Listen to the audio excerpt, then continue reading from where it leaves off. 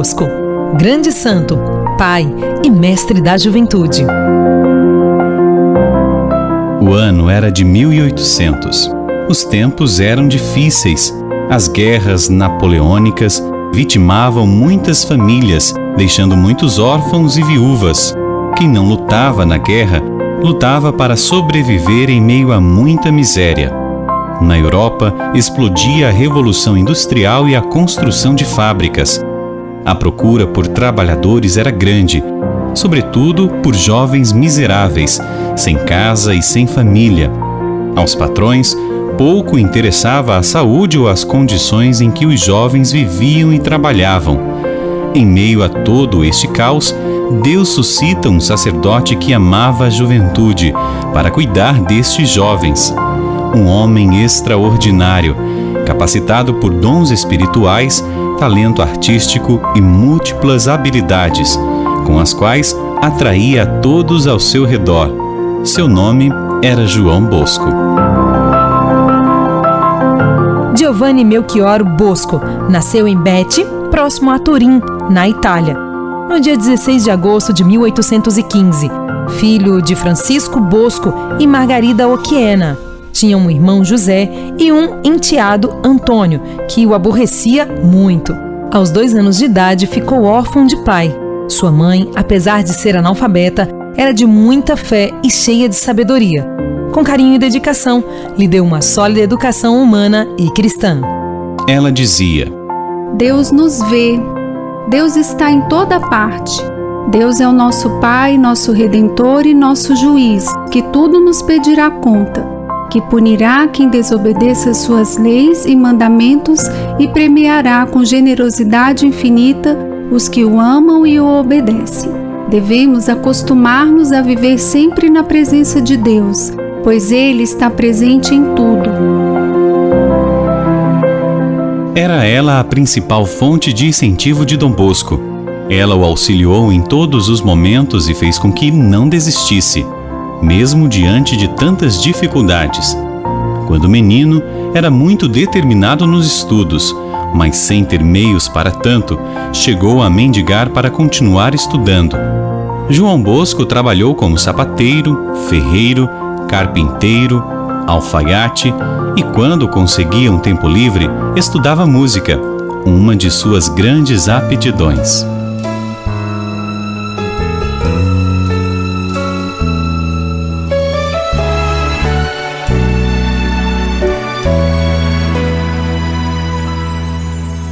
Tu és a semente que um dia um sonho plantou. Tu és o saltimbanco menino que Deus abençoou. Tu és o pastorzinho dos Beck e a sua vida inteira dedicou. E até o último suspiro foi para os jovens que amou. Tu és essa doce figura, um anjo paternal. Tu és o nosso exemplo de um amor incondicional.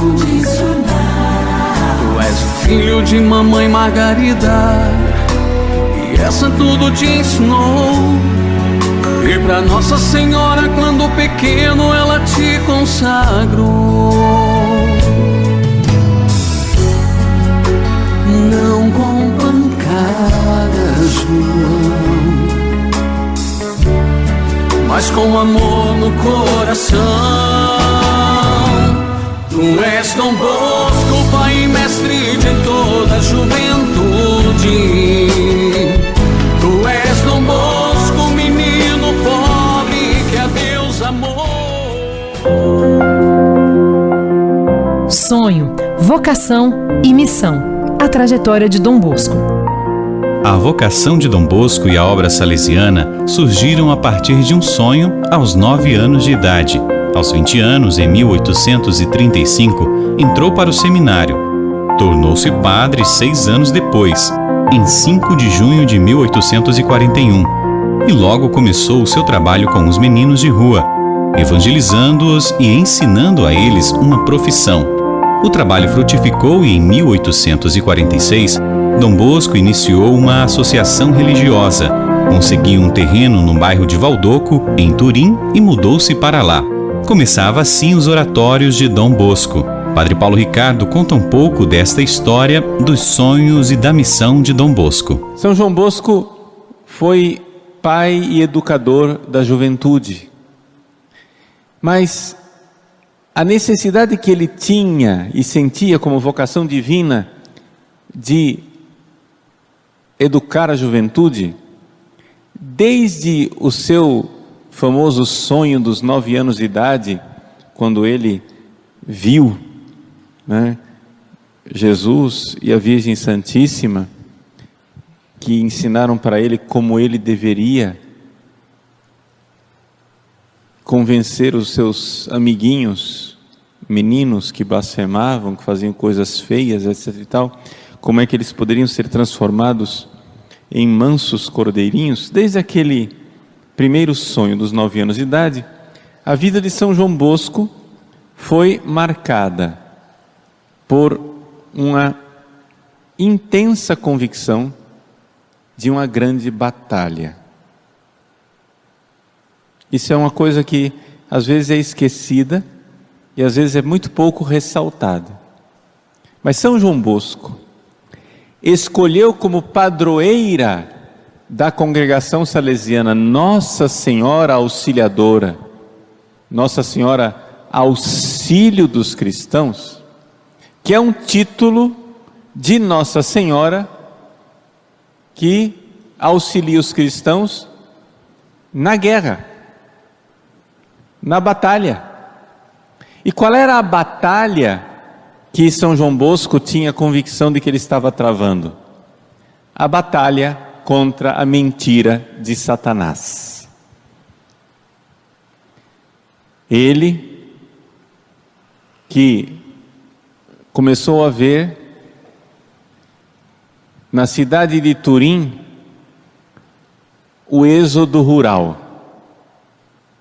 Nós estamos falando aqui do início da Revolução Industrial e do campo, os jovens vinham para a cidade e ali não encontravam educação, ali se pervertiam, ali se perdiam. E quando eram matriculados na escola, os livros escolares estavam todos tomados de erros. Eram livros escritos contra a igreja, para tirar a fé dos jovens e para perder a alma deles.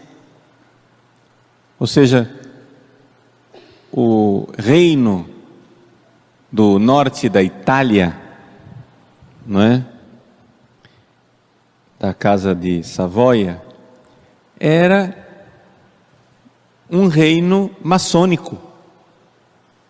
E os grandes pensadores que lutaram pela chamada unificação da Itália foram maçons.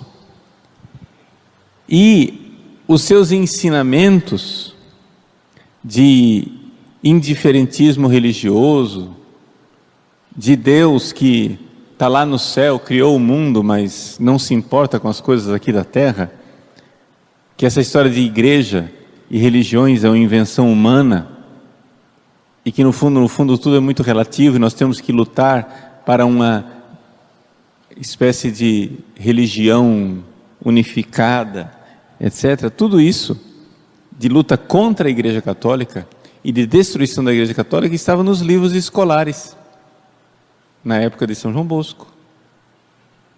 E nós podemos ver que de lá para cá as coisas não melhoraram, muito pelo contrário, se sofisticaram e ficaram ainda piores. Portanto, São João Bosco escolheu Nossa Senhora Auxiliadora, porque Nossa Senhora Auxiliadora foi um título de Nossa Senhora dado pelo Papa Pio V, quando Nossa Senhora venceu os infiéis na Batalha de Lepanto. É uma luta armada, uma batalha naval, entre cristãos e muçulmanos. Os muçulmanos estavam invadindo a Europa belicamente, e os cristãos, abençoados pelo Papa, partiram nessa batalha naval para deter a avançada dos infiéis. Ora, São João Bosco, quando foi procurar um título de Nossa Senhora, encontrou exatamente em Nossa Senhora Auxiliadora o título adequado, porque agora a avançada dos infiéis não era mais uma avançada bélica,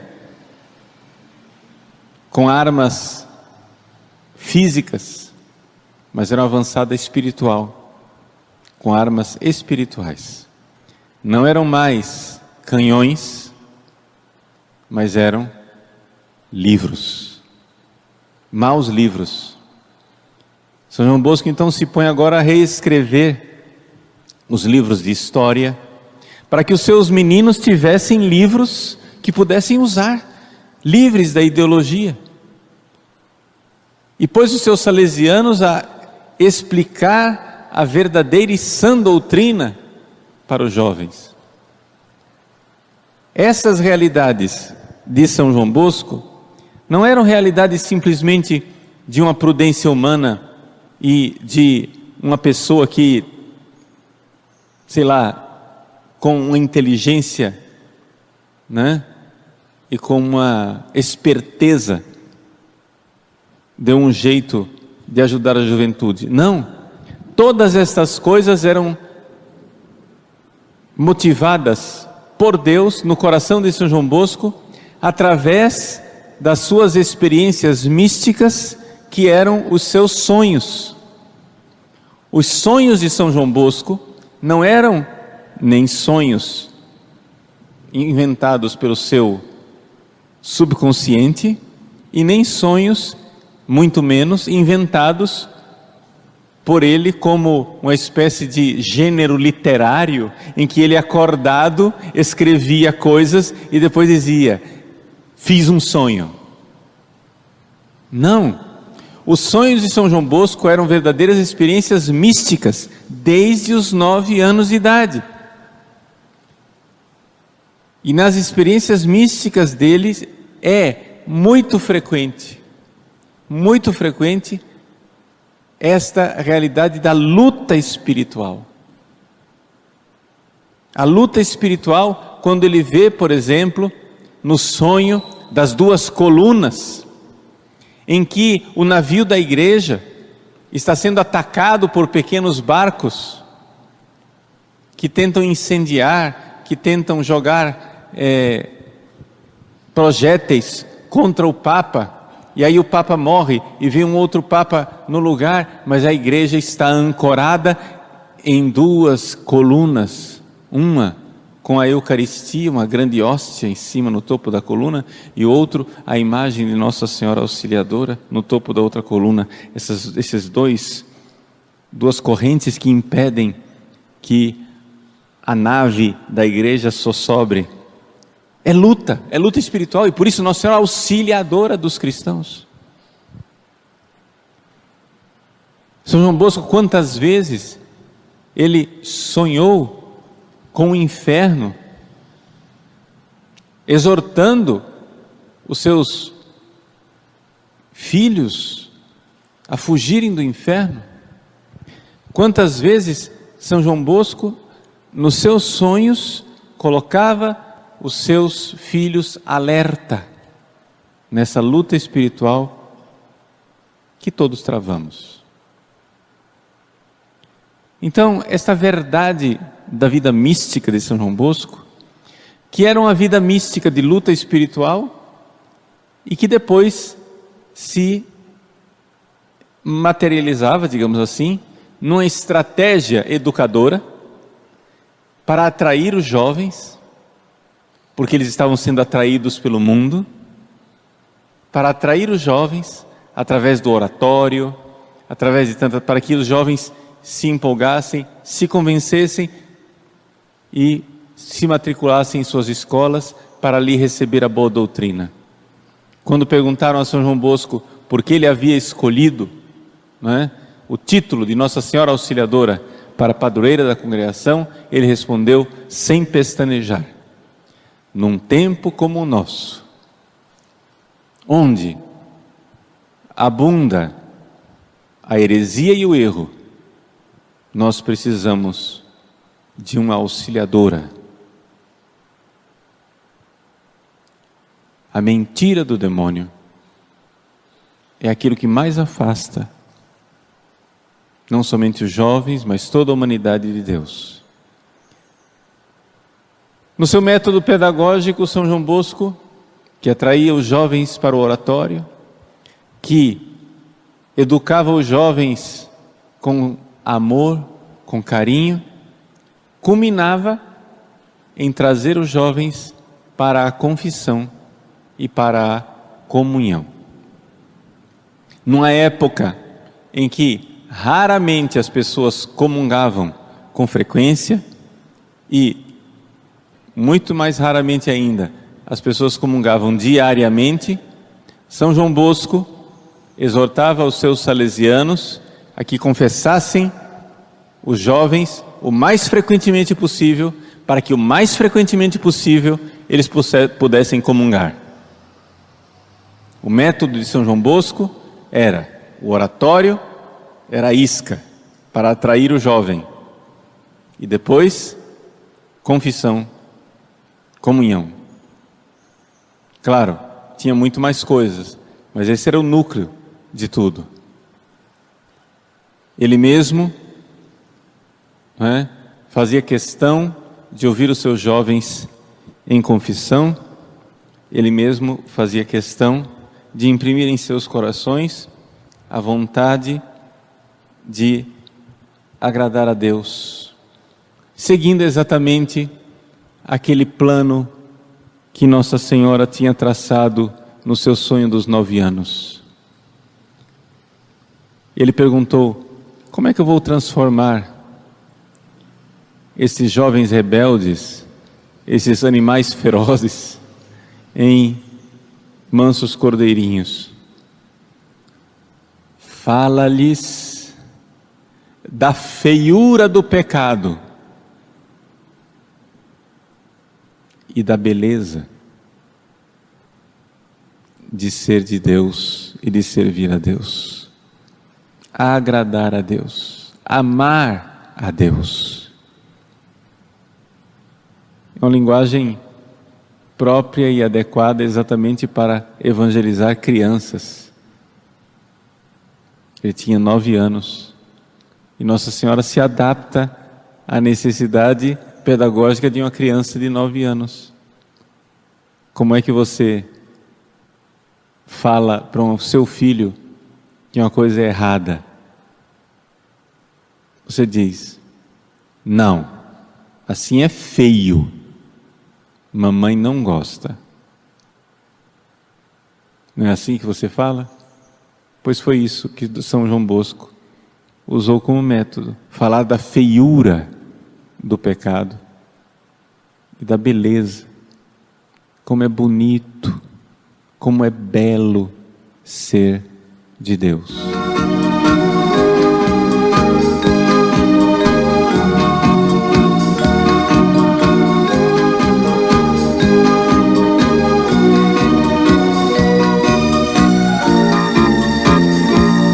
Houve um homem chamado por Deus, que foi grande no meio dos seus. Seu caminho foi profetizado e na vida amado por onde andou. O seu nome é bandeira de fé, pai e mestre dos jovens já é. Depois dele seus filhos serão deste rico chão, sementes de amor. Vem Dom Bosco sonhador, vem conosco caminhar, vem trazer no seu sorriso, seu olhar amigo, seu imenso amor. Vem Dom Bosco sonhador, vem conosco caminhar, sua audácia seja agora nossa vez e hora de participar.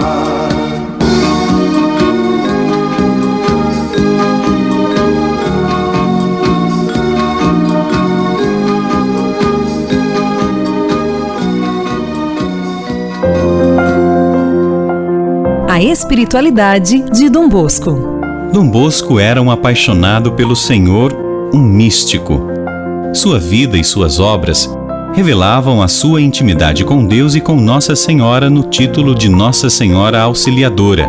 Padre Marco Antônio Guimarães relata um pouco mais sobre a espiritualidade deste grande santo. No processo de beatificação de São João Bosco, um daqueles que estudam a vida dos santos, naquele processo, antigamente chamávamos o advogado do diabo, um daqueles homens perguntou: mas quando Dom Bosco rezava?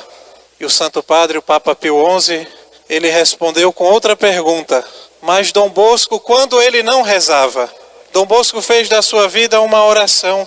Nós sabemos das grandes obras desse santo, fundador de congregação religiosa, fundador do oratório, e as grandes obras sociais que Dom Bosco fazia com os jovens, com as crianças, sobretudo com os pobres.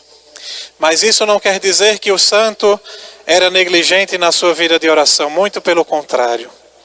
Fiel, exemplar na oração do seu breviário, na celebração da sua missa, nas visitas ao Santíssimo Sacramento e na devoção a Nossa Senhora, sobretudo no Santo Rosário. A vida de São João Bosco era um louvor a Deus.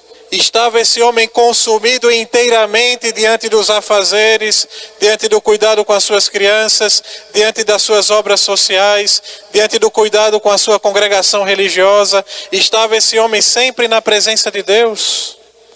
Toda a sua vida era para o próximo, mas contam aqueles que estavam próximo, e inclusive dá testemunho disso o Santo Padre, de que era um homem que estava constantemente na presença de Deus.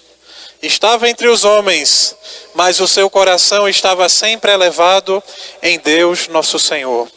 São João Bosco, por mais que é caracterizado por essas obras exteriores, era um homem místico. Deus, nosso Senhor, desde pequenino, desde criancinha, agraciou de muitos fenômenos místicos, sobretudo nos sonhos proféticos que São João Bosco tinha. Aos 9 anos de idade, ele teve uma visão em um sonho, em que nosso Senhor Jesus apresentava uma linda mulher para ele, uma bela mulher. E essa mulher indicava a São João Bosco tudo aquilo que seria o futuro da sua vida, o seu apostolado, a sua ação pastoral. E ele perguntou a Jesus: mas que mulher tão bela é essa? E Jesus disse: é aquela senhora que a sua mãe ensinou desde pequenino a saudar 3 vezes ao dia. A mãe de São João Bosco ensinava aos seus filhos a rezar a oração do Ângelus. Tão simples, uma devoção tão simples, mas aquela hora era uma hora sagrada de estar na presença de Deus, de lembrar dos benefícios da anunciação do anjo São Gabriel, da encarnação do Verbo, de tudo aquilo que veio para a humanidade depois do sim de Maria Santíssima. E ali começa ele a nutrir a sua grande devoção a Nossa Senhora. Durante toda a sua vida foi marcada na alma de São João Bosco a presença, o auxílio materno da Santíssima Virgem. Dizia São João Bosco que Maria Santíssima era sua mestra, que ela havia guiado toda a sua vida. Por isso esse título é tão caro para São João Bosco, auxílio dos cristãos. Nossa Senhora Auxiliadora, porque em todos os momentos de dificuldade foi a ela que São João Bosco recorreu. Nas dificuldades materiais e nas dificuldades espirituais. Porque, caríssimos irmãos, nunca se ouviu dizer que alguém que tenha recorrido à Santíssima Virgem com confiança, com esperança e com piedade, foi por ela desamparado. É o primeiro fio condutor da vida de São João Bosco.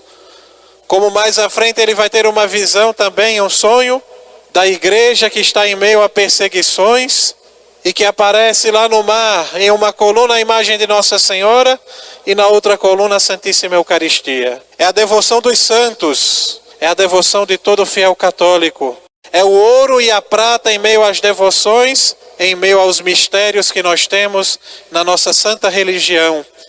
A devoção à Eucaristia e a devoção a Nossa Senhora. E assim São João Bosco ensinava os seus jovens a fazer muitas visitas a Nosso Senhor no sacrário, Feliz aquele jovem que se esforça em ter uma vida eucarística, em viver na presença de Deus, em ir à Santa Missa todos os dias, em receber muitas vezes o Senhor, em fazer muitas visitas ao Santíssimo Sacramento. Quereis muitas graças? Então visitai muitas vezes o Santíssimo Sacramento. Quereis vencer os vossos vícios, as vossas imperfeições, os vossos pecados? Visitai muitas vezes a Nosso Senhor. Quereis ser santo, quereis ser puros? Caríssimos jovens, visitai muitas vezes a Jesus na Eucaristia.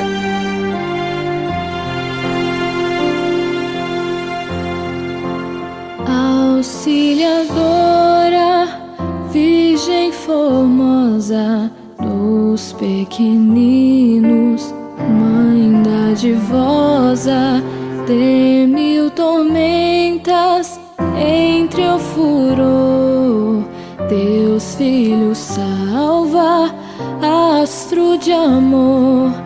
Bradamos todos numa só voz, Auxiliadora, rogai por nós, Auxiliadora, rogai por nós.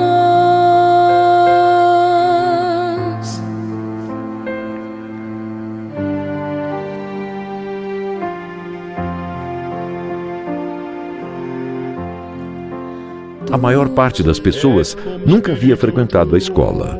O padre João Bosco ajudou então as crianças e os adolescentes pobres a estudar e ter uma profissão.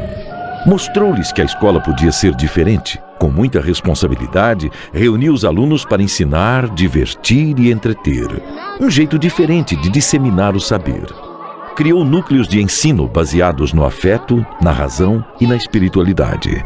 Recebia bem todos os jovens, crianças ou adolescentes, pobres, abandonados, delinquentes, acolhia a todos. Dom Bosco reuniu então um grupo de jovens e colaboradores que carregaram as sementes do chamado Sistema Preventivo. Em 1859, nascia a Sociedade Salesiana. O nome salesiano deriva de São Francisco de Sales, proposto por Dom Bosco como modelo pelas suas características fundamentais: humanismo e bondade. Os salesianos são identificados pela sigla SDB, Salesianos de Dom Bosco. Em 1864, Dom Bosco foi pela primeira vez a Mornese, povoado entre Alessandria e Savona. Lá conheceu um grupo de moças que trabalhavam na pastoral da paróquia. Entre elas sobressaía Maria Domingas Mazarello. Dom Bosco já pensava em criar um instituto que pudesse fazer pelas meninas o que os salesianos já faziam pelos adolescentes e jovens. Naqueles tempos, não eram admitidas escolas mistas. Com outras 26 jovens, Maria Mazarello deu o seu consentimento. No ano seguinte, foi fundado o instituto que leva o nome de Filhas de Maria Auxiliadora, também conhecidas como Salesianas. E Maria Mazarello foi eleita superiora. De 1872 a 1881, Madre Mazarello exercitou sua maternidade espiritual através da formação das irmãs, das numerosas viagens, visitando as novas fundações, incrementando a expansão missionária do Instituto pela palavra escrita e pela doação cotidiana de sua vida, consumando-a no exercício da caridade paciente e benigna. Faleceu em Nizza, Monferrato, no dia 14 de maio de 1881. Dom Bosco tinha pressentimento de que sua obra estava destinada a durar e a expandir-se. Enquanto as fundações na Itália se desenvolviam em ritmo crescente, a obra salesiana dava os primeiros passos em países da Europa Ocidental. E as sementes brotaram. Nos últimos 13 anos de sua vida, Dom Bosco enviou missionários para vários outros países.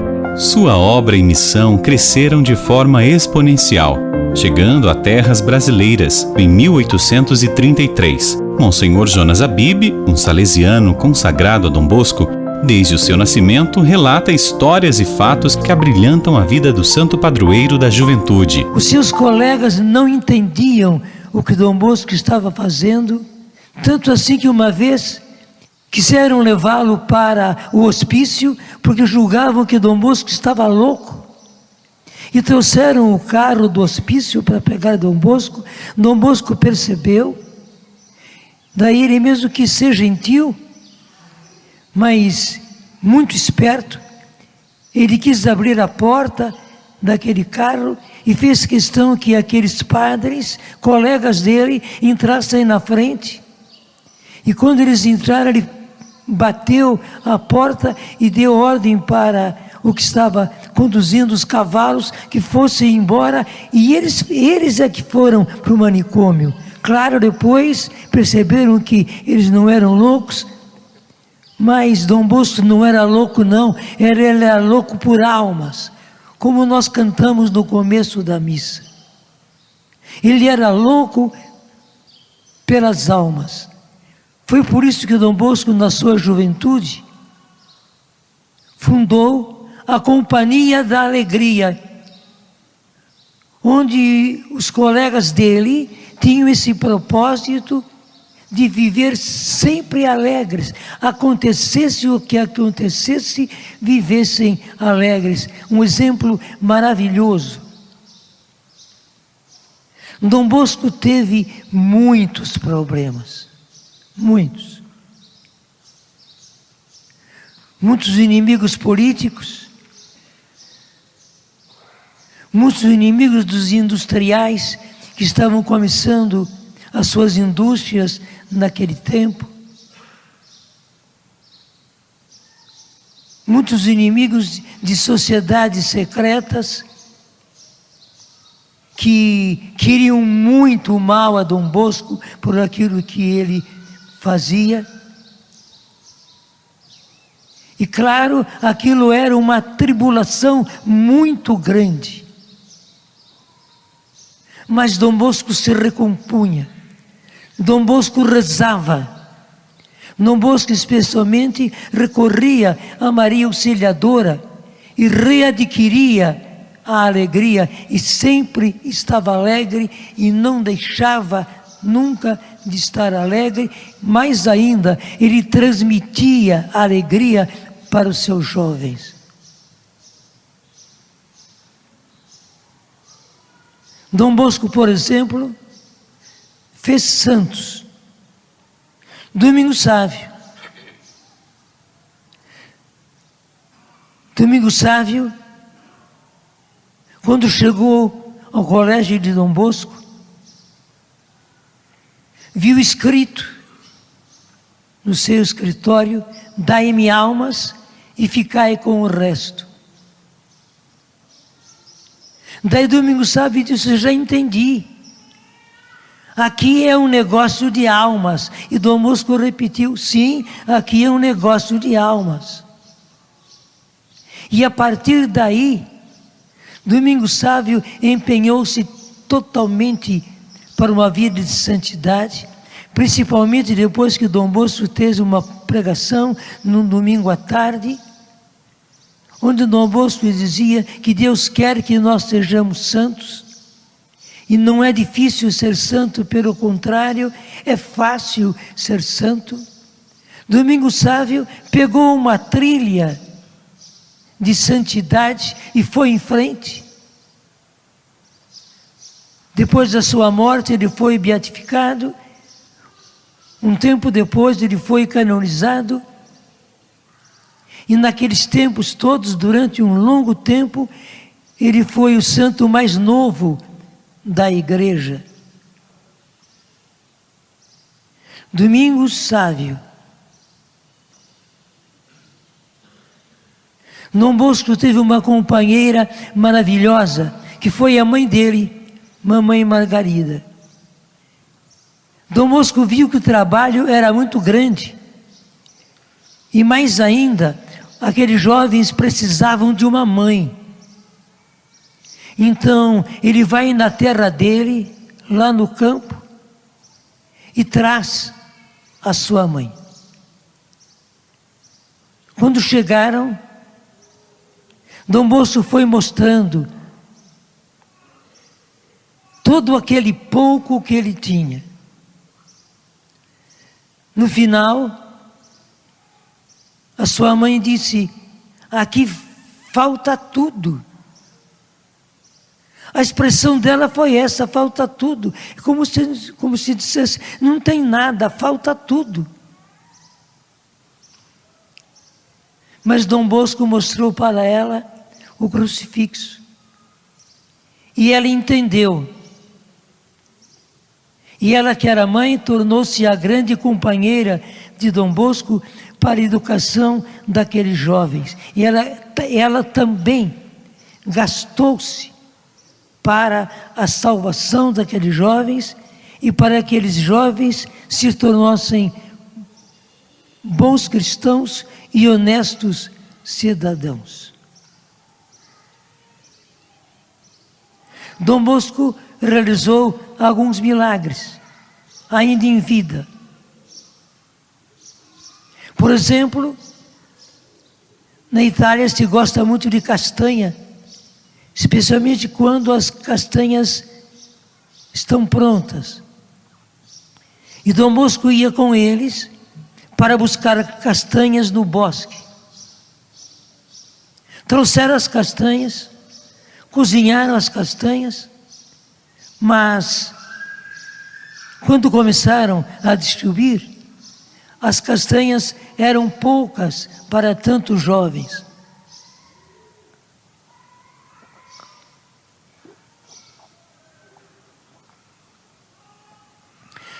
Dom Bosco não duvidou. Ele continuou a distribuir castanhas, e os olhos dos jovens estavam ali atentos e vendo que Dom Bosco pegava mais castanhas, não teria mais castanhas, e ele foi distribuindo, e todos comeram e sobraram castanhas ainda. E algumas dessas castanhas foram guardadas como lembrança do milagre que Deus realizou através de Dom Bosco. Certa ocasião, Dom Bosco fazia questão de que os jovens comungassem.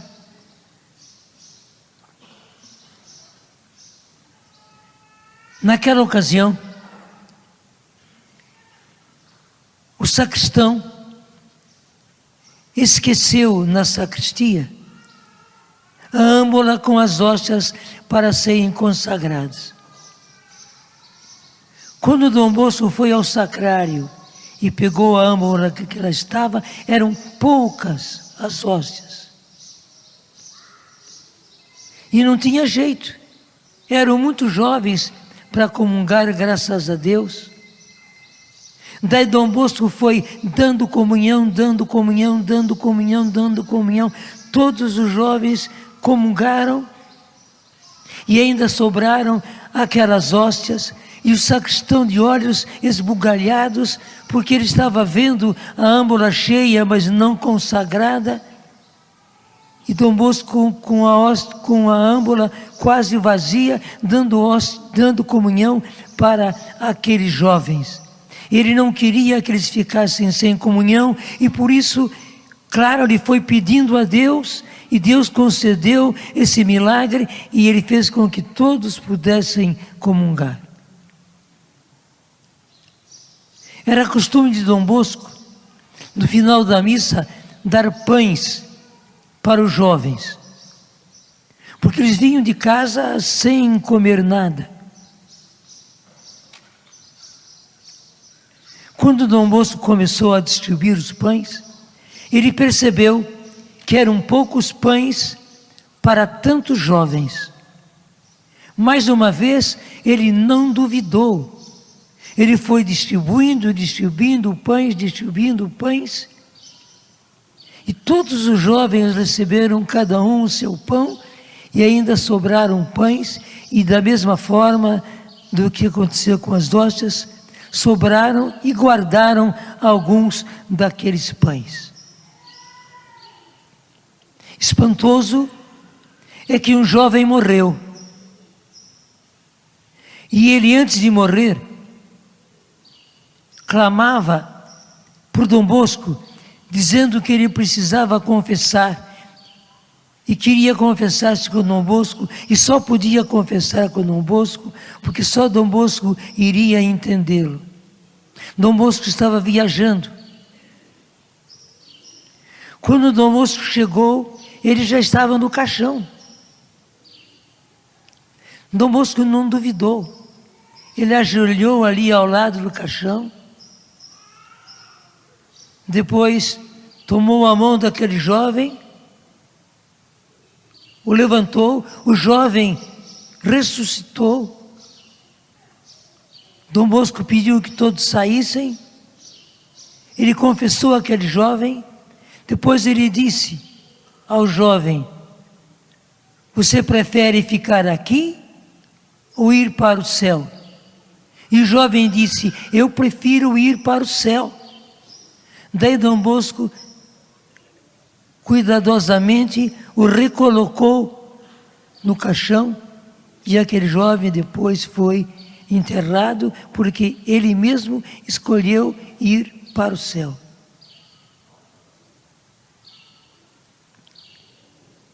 Admirável que Dom Bosco imprimia um livro dele por mês.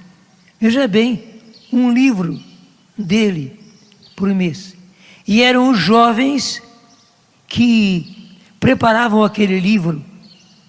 Naquele tempo eram aqueles tipos que iam sendo compostos. E mensalmente Dom Bosco imprimia aquele livro e era distribuído para muita gente. Chamou-se Leituras Católicas. Um prodígio. Ele tinha uma capacidade muito grande e sabia usá-la bem.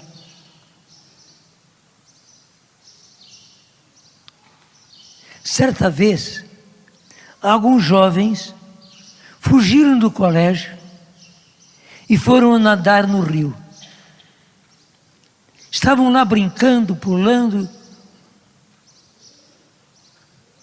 e de repente eles sentiram tapas nas costas, todos eles, tapas e tapas e tapas e tapas. Eles saíram imediatamente do rio, vestiram as roupas e voltaram para o colégio com a certeza de que quem tinha dado aqueles tapas nas costas deles foi Dom Bosco.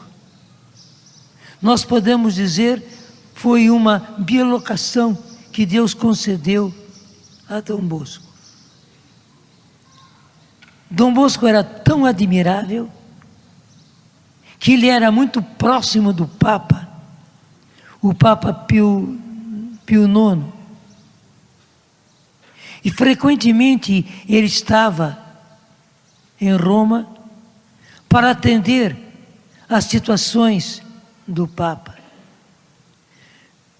Mas por causa do que acontecia entre o papado e o reino, Dom Bosco tornou-se o interlocutor, aquele que ia e vinha do Papa para o rei, do rei para o Papa, do rei para o Papa, do Papa para o rei. E foi ele que apaziguou a situação. Como eu disse, a situação na Itália era muito difícil, mas o apaziguador da política italiana foi Dom Bosco, nessas idas e vindas ao Papa e ao rei da Itália. Foi por isso também que quando Dom Bosco escreveu os estatutos da congregação salesiana, os cardeais precisaram examinar. E o resultado foi que era empate. Portanto, ficaria sem aprovação os estatutos da congregação. A congregação não existiria. Pio IX foi à sala onde estavam os cardeais e perguntou qual foi o resultado. E deram empate. E o Papa disse simplesmente: eu ponho o meu voto e a congregação salesiana está aprovada. Justamente por causa dessa amizade íntima com Pio IX, e porque o Papa conhecia bem Dom Bosco, e conhecendo a ele, conhecia a congregação, que ele conhecia desde quando ele era padre, e depois como bispo conheceu também, e por fim, nas idas e vindas de Dom Bosco, ele conheceu a congregação como Papa.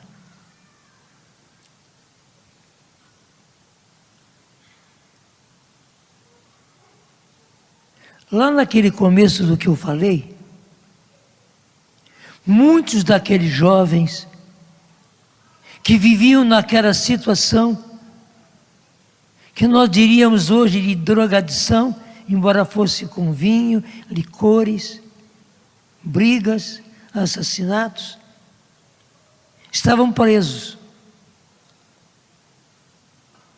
E Dom Bosco ia todas as semanas para estar com eles, para conversar com eles, para confessar a cada um deles.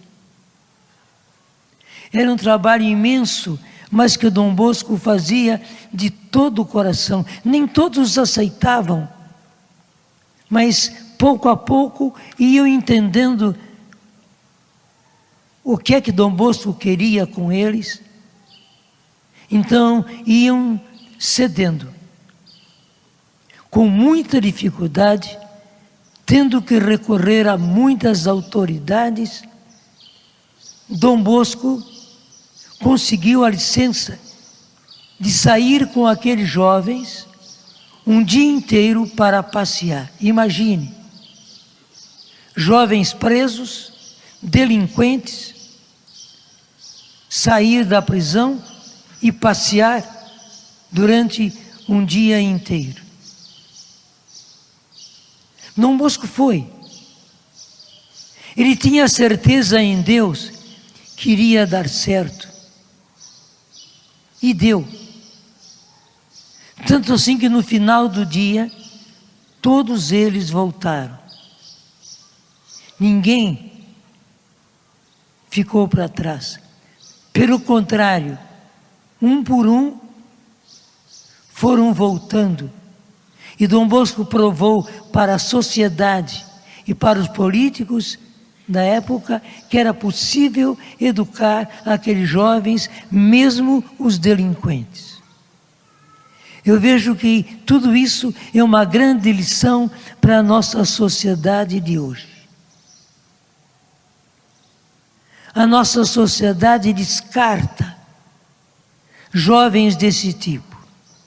Dom Bosco esmerou-se na educação deles, buscando que eles fossem bons cristãos e honestos cidadãos.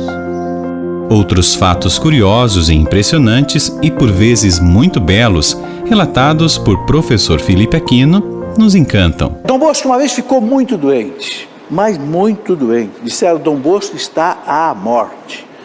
Gente, como é que Dom Bosco saiu de um estado de doença terrível? Os jovens de Dom Bosco fizeram vigílias sem cessar dia e noite nas casas salesianas ali dele, para que Dom Bosco não morresse. E Dom Bosco não morreu, conseguiu sair, né? Depois que Dom Bosco recuperou, disse para ele, devo a vocês minha vida, mas podem estar certos de que, doravante, a consumirei toda por vocês. Que bonito, né? Os jovens arrancaram a graça do céu. Dom Bosco estava numa situação de doença que não tinha mais que salvação. Trabalhava demais, né? Mas interessante isso, né? Um fato aqui interessante, um menino de 12 anos fazia a barba de Dom Bosco. Que fato é esse? Esse fato é muito interessante. Você sabe que antigamente a barba se fazia com navalha.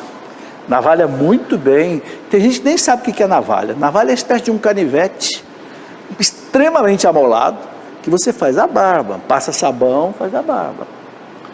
E Dom Bosco um dia chegou lá num daqueles das obras dele, que ele treinava as crianças, e o menino estava tendo treinado para ser barbeiro. E Dom Bosco disse: você já fez barba de alguém alguma vez? Não, então você vai fazer a minha barba. Ai, o chefe, Dom Bosco, pelo amor de Deus, Dom Bosco, o menino tem 12 anos de idade, nem sabe manusear direito uma navalha, você vai deixar, faça a minha barba, porque você tem que aprender. E o menino fez a barba dele, deu alguns cortezinhos no rosto de Dom Bosco, mas Dom Bosco está tudo bem e tal, e o menino se tornou um barbeiro a partir dali. Essas coisas estão narradas na vida dele, né? Caiu a casa Pinardi. Eu contei a vocês que Dom Bosco, naquele dia que ele chorou de amargura, de ver os jovens deles, né, enxotados de tudo que era lugar, quando apareceu essa casa Pinardi, Dom Bosco começou a construir. Um dia, a primeira obra que ele fez, num vendaval, numa tempestade, caiu tudo no chão. E Dom Bosco teve que recomeçar tudo de novo. Mas recomeçou. Né?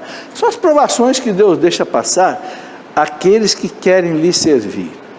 Uma coisa é certa, gente: quem quer servir a Deus, Deus prova. Né? Prova por quê? Porque Deus quer saber se a gente quer trabalhar para Ele por amor, por reta intenção, ou se a gente quer trabalhar para Deus para aparecer, para ganhar dinheiro, para isso, mais aquilo. Então Deus prova, né? Quem não é provado, que não passa pela prova, não é aprovado, né? Quando eu dava aula de física e matemática, os alunos diziam: o senhor vai dar prova difícil? Na faculdade eu dizia: não, eu vou dar uma prova para provar se você sabe. Se você souber, eu vou te dar 10. Se você souber só a metade da matéria, eu vou te dar 5. Se você não souber nada, eu vou te dar 0. Que prova, que não prova, não é prova. Eu tenho que te provar. Deus também prova a gente, sabe? Dom Bosco passou por muita provação. Mas tem uma coisa: não falta a graça de Deus. Quando a pessoa tem reta intenção, não falta a graça de Deus, né? A pessoa é atribulada, tal, mas ela vence, né? Um outro fato interessante: havia um cão que sempre protegia Dom Bosco. Esse cão chamava Grígio. Era um misterioso cão cinzento. Um dia, Dom Bosco era muito atacado. Um dia, Dom Bosco ia para um lugar e apareceu um brutamonte, um cara muito forte, parece que um facão na mão, para matar Dom Bosco. E Dom Bosco estava encurralado. Aparecia esse cão. Esse cão apareceu e avançou no homem. E o cara se mandou. Esse cão sumia. Teve uma outra vez que Dom Bosco foi sair de casa e o cão estava deitado na porta do lado de fora da casa. E o cão não deixava Dom Bosco sair. Não deixava. Dom Bosco não, e o cão latia, urrava, não deixava Dom Bosco sair.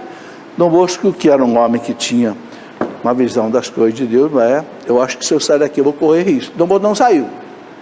Não saiu, depois ele soube que tinha um cara armado na esquina esperando para matá-lo.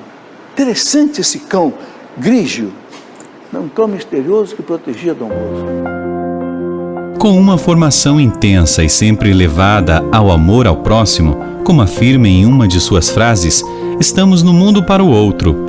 Em seu tempo, a Europa foi assolada por uma terrível peste, a cólera. Mas Dom Bosco não se intimidou. Ao contrário, como forma e ajuda, se fez junto com os jovens, um com o povo. Houve uma cólera em Turim e que morreu muita gente. O governo então pediu que quem pudesse ajudar aquelas pessoas naquela cólera. Dom Bosco chamou todos os jovens dele e disse: nós vamos ajudar essas pessoas. E claro, a cólera ela é contagiosa, né? Mas olha que Dom Bosco disse para os jovens dele. Dom Bosco disse assim: eu lhes garanto que se vocês se conservarem na graça de Deus e não cometerem nenhum pecado mortal, nenhum de nós será atingido pela cólera. E eles foram trabalhar e nenhum dos meninos de Dom Bosco foram mortos pela cólera. Morte e canonização. No dia 31 de janeiro de 1888, às 4:45 da manhã, o campanário da Igreja de Maria Auxiliadora anunciava, ao toque da hora do Ângelus, o nascimento para o céu daquele que a piedade popular já chamava pelo seu título futuro, São João Bosco. Beatificado por Pio XI aos 2 de junho de 1929, foi canonizado pelo mesmo pontífice na Páscoa de 1º de abril de 1934. No encerramento das comemorações do 1º centenário da morte de Dom Bosco, o Papa João Paulo II proclamou-o Pai e Mestre da Juventude, no dia 31 de janeiro de 1988. A obra dos cooperadores se estenderá a todos os países, se espalhará por toda a cristandade. A mão de Deus a sustenta. Os cooperadores é que haverão de promover o espírito católico, como afirma Dom Bosco. A Canção Nova, como família salesiana, busca cooperar para que esta profecia aconteça. Assim como Dom Bosco, Monsenhor Jonas Abib assumiu o lema: dai-me almas e ficai com o resto, para que o Brasil e o mundo seja evangelizado. Somos parte deste sonho, desta profecia. E você coopera conosco nesta obra de evangelização. Nossa gratidão a Deus por este grande santo que nos inspira e move a sermos cada vez mais uma canção nova para Deus. Você acompanhou mais uma produção da Rádio Canção Nova. Locução: Flávia Soares e Valdeir Bento. Produção: Roseli Silva. Edição e sonoplastia: Cleiton Mendes.